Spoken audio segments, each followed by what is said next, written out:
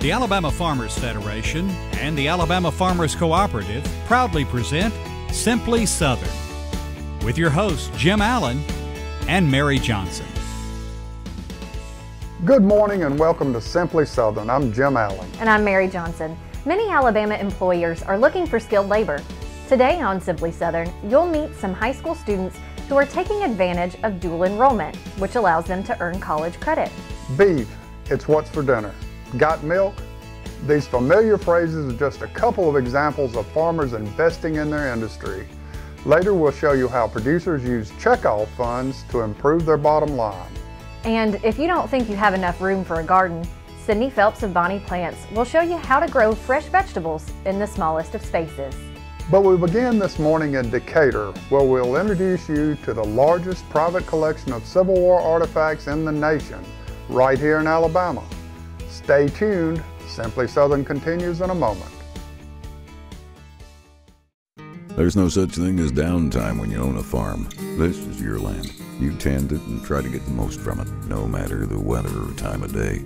It's been that way for generations. And for generations, your local quality co-op store has been there for you, with a full range of agriculture supplies and services, from feed to fertilizer, seed to grain storage, and the right hardware for any application.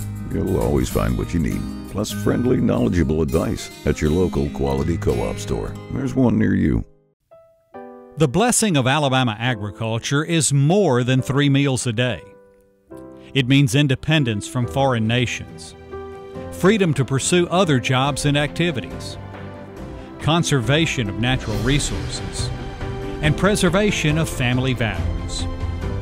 For 93 years, the Alabama Farmers Federation has brought together the men and women whose work fills our plates and fuels the American dream.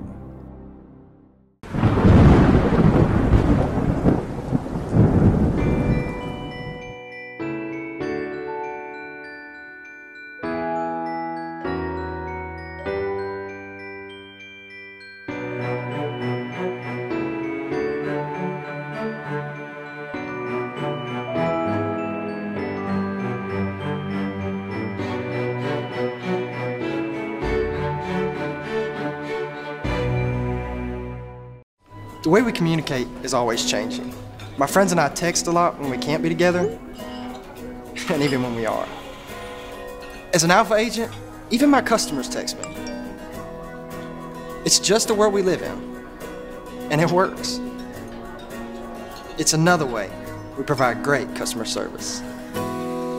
For the best agents in the business, call Alpha. Just try texting an 800 number. There is little in the history of our country that has had more of an impact than the Civil War. Remnants of our nation's bloodiest conflict can still be found throughout the South, and searching out these pieces of history has become a passionate hobby for many. You'll find one such collection in Decatur, where a lifetime's work has been put on display for everyone to enjoy. Parham's Civil War Relics in downtown Decatur is an unassuming enough looking place. For those interested in the history of the war between the states, it's got everything to satisfy beginners right up to a veteran collector. When NASA engineer Robert Sackheim walked into the door, he was definitely the latter. He was a big collector and saw him quite often, and after talking with him I began to find out that he had quite an extensive collection. Sackheim decided to make his collection public, opening the Blue and Gray Museum of North Alabama, right next to Parham's shop.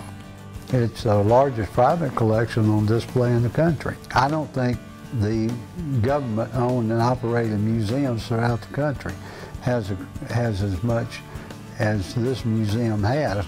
The walls of Confederate and Union weaponry, ammunition, and dress that fill the museum should certainly delight any history enthusiast. Several of these relics have their own story to tell. For example, this double-barrel shotgun with an attached bayonet. There was a regiment that was organized over around Florence, Tuscumbia, that they had no rifles to issue the troops. And they sent all of the justice of the peace buying double-barrel shotguns to arm this regiment. Since the shotgun didn't have a bayonet, A lot of the blacksmiths made large D-guard bowie knives to issue that regiment. When you look at the uniforms, they get a good idea of the size of the soldiers. The minimum height to enlist in the Union Army was 5'3". And they needed troops so bad to fill up the ranks, they lowered the height to 5 foot. Maybe they thought if they were 5 foot tall, they wouldn't be as much to shoot at. Parham says the museum receives a variety of visitors throughout the year, from school field trips to curious beachgoers taking a break from the interstate. We have a lot of people that come in that is retracing their ancestors' footsteps. I've actually have a photograph of Union troops out there building the fort, and I had a guy from up north that came in, and he was in a Michigan unit. And he pointed to the photograph, and he said, "I got that one up there." And I said, "You do?" I said, "How come you came across that photograph?" And he said, he pointed to one of the guys, and he said, "That's my ancestor." Mr. Sackheim passed away a few years back, but Parham continues to maintain his collection. The museum represents a lifetime's passion, which Parham hopes is reflected by creating new interests in this pivotal era in our nation's history. The Civil War is America's war. It had North against South. You had brother against brother, but it's personal. I want them to see that there's a lot to the history of the war, the type of weaponry that they used, and it will spark an interest into looking into a very important part of our history as far, you know, the war, what caused it. It's to light a fire that they will get into studying more about the Civil War era. You see the name Joe Wheeler fairly often driving through North Alabama. If the name's not familiar to you, he was a Confederate cavalry general that had the rare distinction of serving under the same rank, commanding U.S. forces in the Spanish-American War some years later. Sounds like you learned a lot of interesting tidbits of information while you were there, like that one, but what was the most impressive part of the museum for you? Speaking to Mr. Parham afterwards, he knows a lot of stuff that, well, you know, they say that history is written by the victors, so it says there's it all. Some forgotten stories that he remembered and was right. able to share. Very interesting. Up next, you'll meet Jalen Roberts, who at just 20 years old already has a successful career as a welder thanks to Alabama's dual enrollment program. Alabama soybean farmers help fuel the state's economy. Soybeans are used to make clean, renewable biodiesel and are a key ingredient in feed for poultry, catfish, and livestock. Soybeans are used in dozens of products we use every day. But best of all, soybean farmers generate $258 million and more than 4,000 jobs for Alabama's economy, all while helping conserve our natural resources. Explore the power of soy. If you asked Alabama school children to draw what they ate for dinner last night, where would the food have come from? Was anything nutritious? Did it build muscles? Did it strengthen minds? Was the meal enough, or was it missed? Across Alabama, 1 in 4 children don't always know where their next meal will come from. But together, we're changing that. Join the movement to end child hunger in Alabama, because every meal matters.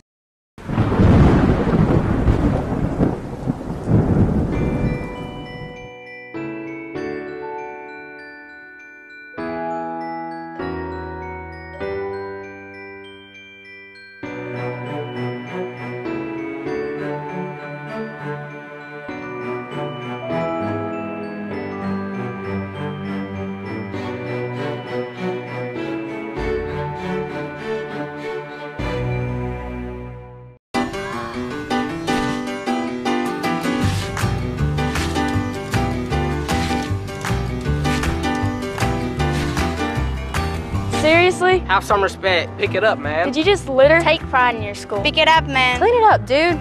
Besides keeping your campus clean, adopt a mile with roadside cleanup. Attend the next Coastal Cleanup Day or pitch in on the annual Spring Cleanup campaign. Make a difference by picking up litter and... Don't drop it on Alabama! Support healthy food from local farmers by purchasing a Farming Feeds Alabama license plate. The tag funds education and promotion efforts, including Ag in the Classroom, agricultural scholarships, and youth programs. Get your Ag Tag today. The U.S. economy is recovering from tough times, but the job placement rate for college graduates is still lower than in 2008 when the recession began. That has more students looking for alternatives to four-year college degrees, including dual enrollment. That program allows high school juniors and seniors to earn college credit at Alabama's technical schools. Jalen Roberts of Madison County is currently working toward an advanced manufacturing degree at J.F. Drake State Community and Technical College in Huntsville. She already has her welding certificate, earned in 2014, and has worked in the industry since graduating. Roberts is just 20 years old. My friend was just telling me the other day that she was very proud of me for graduating and already having a job in my field, and that, she was glad I had a straight head through it all. Roberts started taking welding classes through dual enrollment when she was a junior at Huntsville Center for Technology. She earned an academic scholarship to pay tuition at Drake State. That's a huge blessing because, you have shop fees and, you got to buy your helmet and your gloves and all that stuff. So I was able to buy the little stuff and not worry about the big stuff. Roberts is ahead of other high school classmates because she's been earning a salary for 2 years. According to the Alabama Department of Labor, average salary for a welder in the state is $35,000. It's also considered one of the top 20 in-demand jobs that does not require a 4-year diploma. You got so many that are retiring right now, and there's not enough of this younger generation that's taking this trade right now.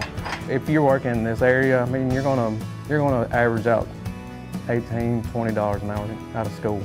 Aside from welding, dual enrollment students can study disciplines ranging from nursing and agriculture to industrial maintenance and HVAC systems.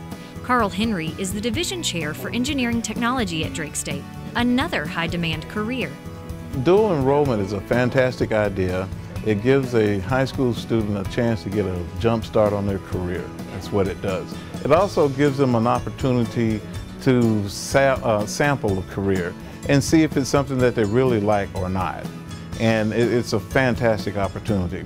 A student that starts in the 10th grade could easily be halfway to an associate's degree by the time they graduate high school. Many dual enrollment students also quickly find careers in their fields. It would be really difficult not to find a job. Really. It's high demand. I had an employer come and interview one of my entire classes, and they tried to take the whole class. And it's just like that, If you're a technician these days, you can get there. You can get a job. Roberts knows that's true. When she graduated, she received 3 job offers. But more importantly, Roberts knows she will have a stable career for a long time because industry demand for good welders will continue to be strong. When it comes to welding, metal is essential in the world. Everywhere you have bridges, to boats, to cars, to pretty much anything you can think of. And I would love to do construction work also. That would be a major slam, like just to go somewhere and be able to say, hey, I built that bridge, or I built that building, and I was a part of building that building. And just to, have my kind of signature leave my signature on the world in some kind of way. Pretty cool. To learn more about dual enrollment, go to accs.cc online, and you can also support scholarships for dual enrollment students. Find out that information at alabamadualenrollment.com. In today's job market, you really need to learn a skill that's going to get you hired quickly. Exactly. And if you're a business owner, you need skilled laborers, you can donate to that scholarship fund, you get a tax write-off, and you're making sure that there's students that have the skills that you need. It's an excellent idea. When Simply Southern continues, we'll show you how farmers are taking money out of their own pockets in the hope that research and promotion will put more money back into their pockets.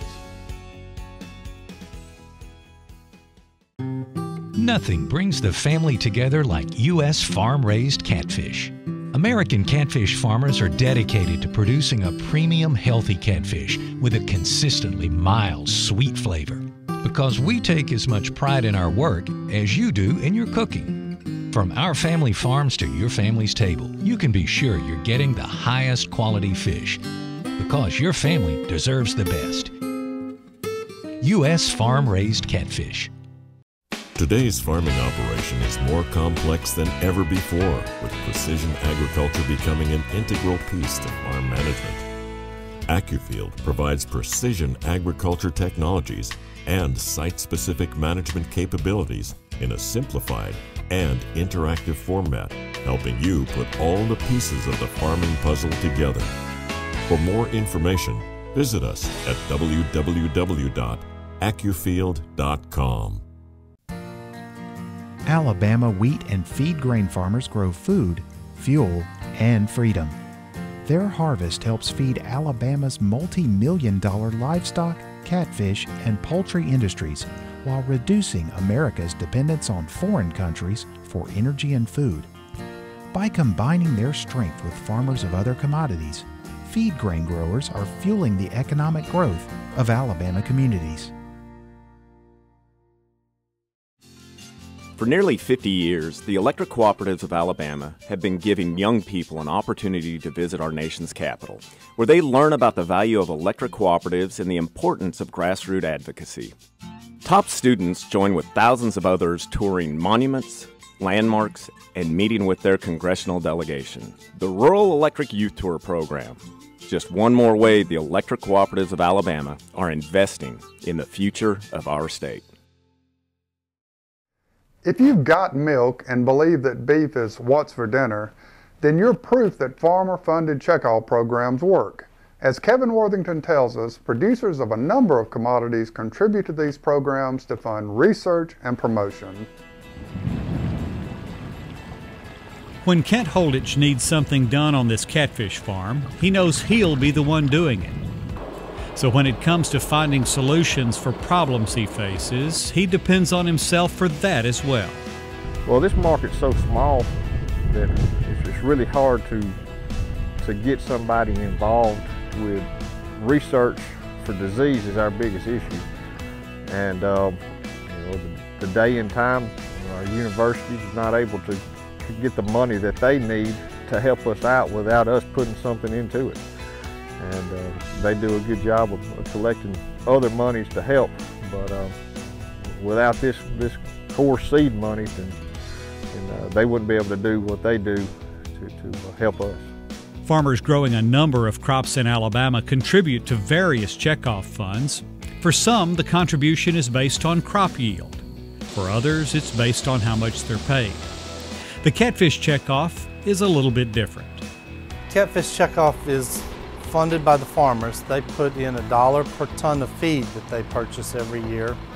The Catfish Committee, which is one of our commodity committees, is made up of 12 members who are actual catfish farmers, and they evaluate proposals that come in throughout the year and determine how the money is spent each year. One such project is an Auburn University study designed to combat the disease Aeromonas, which has caused millions of dollars in losses to farmers since it was first discovered in 2009. Research and disease is the biggest issue for us. The more time we spend working on that, the less time we have to work on everything else. And when we can find solutions to problems, it's just more time that we have to raise a good quality product.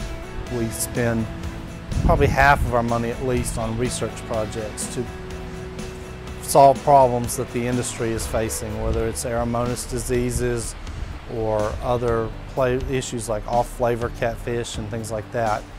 But research is one, and the other issues that we do with it are promotional issues to make sure that the public understands the importance of buying U.S. farm-raised catfish.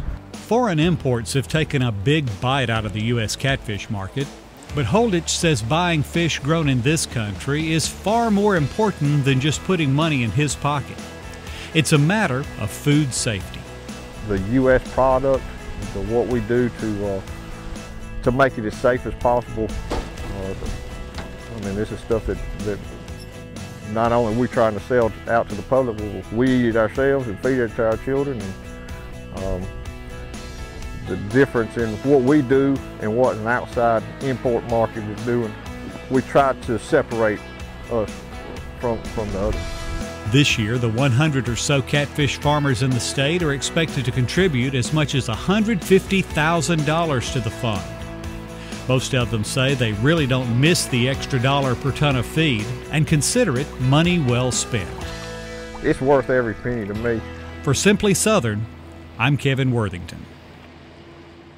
Several of these programs allow farmers to sponsor this show. That's right. The Alabama wheat and feed grain producers, the soybean producers, and the catfish farmers, they all use a portion of their checkoff funds so that we can tell you about their products each week. And they help to pay for educational programs like Ag in the Classroom. That's exactly right. Yep, very important things that those checkoffs fund. After the break, Sydney Phelps of Bonnie Plants has a unique gardening idea for those of you who may think you don't have enough room to grow your own vegetables. When AJ was born with a heart defect, we practically lived at the hospital. We weren't prepared for that. My Alpha customers, my Alpha family made sure we had everything we needed. Now I'm even more motivated to help take care of them.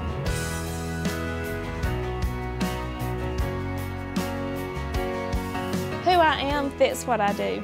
I am Alpha. For the best agents in the business, call Alpha.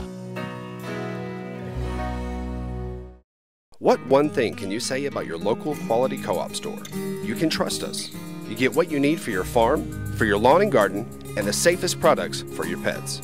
We're locally owned and operated, and you can trust that we care about our community and the people in it. So if you're a raised bed gardener, a rose gardener, or if you farm hundreds of acres, the Quality Co-op Store has exactly what you need to get the job done. All this plus friendly, knowledgeable advice. Your Quality Co-op Store. There's one near you. Nothing brings the family together like U.S. farm-raised catfish. American catfish farmers are dedicated to producing a premium, healthy catfish with a consistently mild, sweet flavor. Because we take as much pride in our work as you do in your cooking. From our family farms to your family's table, you can be sure you're getting the highest quality fish. Because your family deserves the best. U.S. farm-raised catfish. Support healthy food from local farmers by purchasing a Farming Feeds Alabama license plate. The tag funds education and promotion efforts, including Ag in the Classroom, agricultural scholarships, and youth programs. Get your Ag tag today. We believe a plant should be more than a plant. This one is. It's all you need for your garden to succeed. Because it's a Bonnie plant. It represents hundreds of varieties of Bonnie's quality veggies and herbs. But more, it's from generations of Bonnie people who are passionate about sharing their love of gardening with you. Look for this little Bonnie plant and a whole family of plants like it in your garden center. Bonnie Plants, so you'll know how to grow. Hey folks, Sydney Phelps here with Bonnie Plants. Now today I want to talk to you about a very low cost and efficient way to have a garden in your backyard, and that's using a bale of straw. Straw is readily available and easy to find. You can check at your local co-op stores or any farm and garden stores. Now, you really want to use straw and straw only, and the reason for that is hay will have seeds in it, which will allow grass to grow, and the only thing you want growing in that garden is what you plant in it. So, we've got a square bale of straw here in front of us, and as you can see, I've got it set on the twine side, and you can see the crosscut side. The crosscut side, where it's put together, is really where you're going to be doing your planting. So when you get ready to plant your garden, you need to find the location that you want to put it in. And if you're going to plant it on the bare ground, well, you're going to need some cardboard, newspaper, plastic, something to put a barrier between the ground and the bale itself. Because once you start to condition this bale, it's going to get heavy and you're not going to be able to move it. Now, if you want to be able to move it, you can go to bonnieplants.com, and there are step-by-step instructions on how to build a cart to hold your straw bale. So that being said, let's flip this over to the crosscut side. So as you can see here, we got plenty of room and it's really tight right now. But over time, with your watering and following the condition process, this is going to start to separate. So the first thing you want to do, once you get it in its place, is start watering it. Now, when I say watering the bale, you want to make sure this thing is fully saturated in moisture. You're going to do that for about 3 days. After the 3rd day, you're going to start mixing in your little green jug of Bonnie fertilizer and start working that in with your hose end sprayer with the water into this bale. Now, this process is going to take anywhere from 10 to 15 days.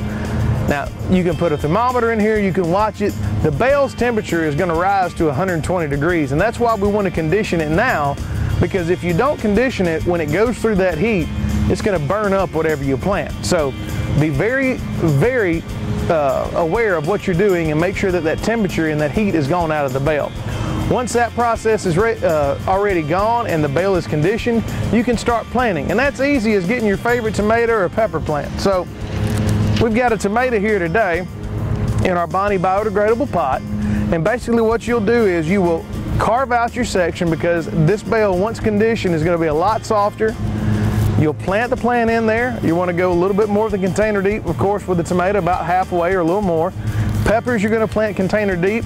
Put these into the bale, use the soil from the pot, and mix everything in together. And at that point in time, you've got your garden and you're ready to go. Now, all you have to do at that point in time is, like a normal garden, you want to water it daily. Check the moisture in the bale. If the bale is saturated, you don't have to water. Fertilize every 7 to 10 days and you're good to go.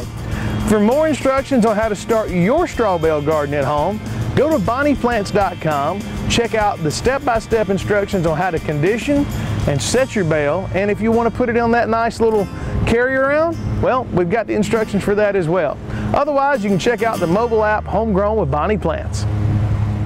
You know, with a straw bale garden, maybe one of the added benefits, you could use it as a fall decoration once your vegetables are already harvested. Well, by the end of the season, it's pretty much fallen apart. Oh, okay. So not a good idea. Unless maybe if you have a haunted garden, you could use it. Maybe a haunted garden. There we go. There are several variations of the straw bale garden at bonnieplants.com, along with a lot of other valuable information for gardens of any size. You can find out more about the other stories we featured today by visiting their websites.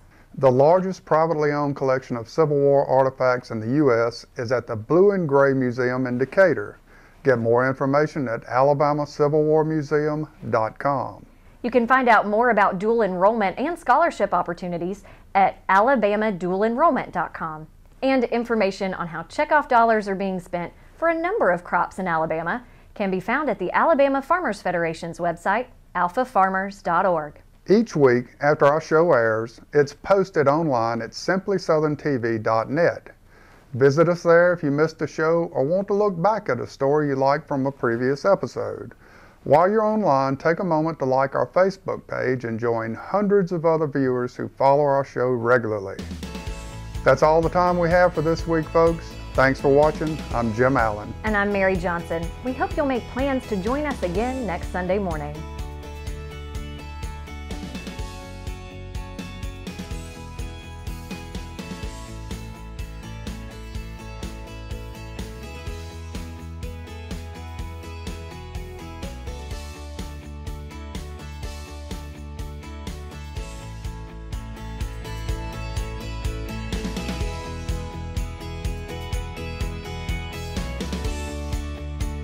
Simply Southern is a production of the Alabama Farmers Cooperative and the Alabama Farmers Federation.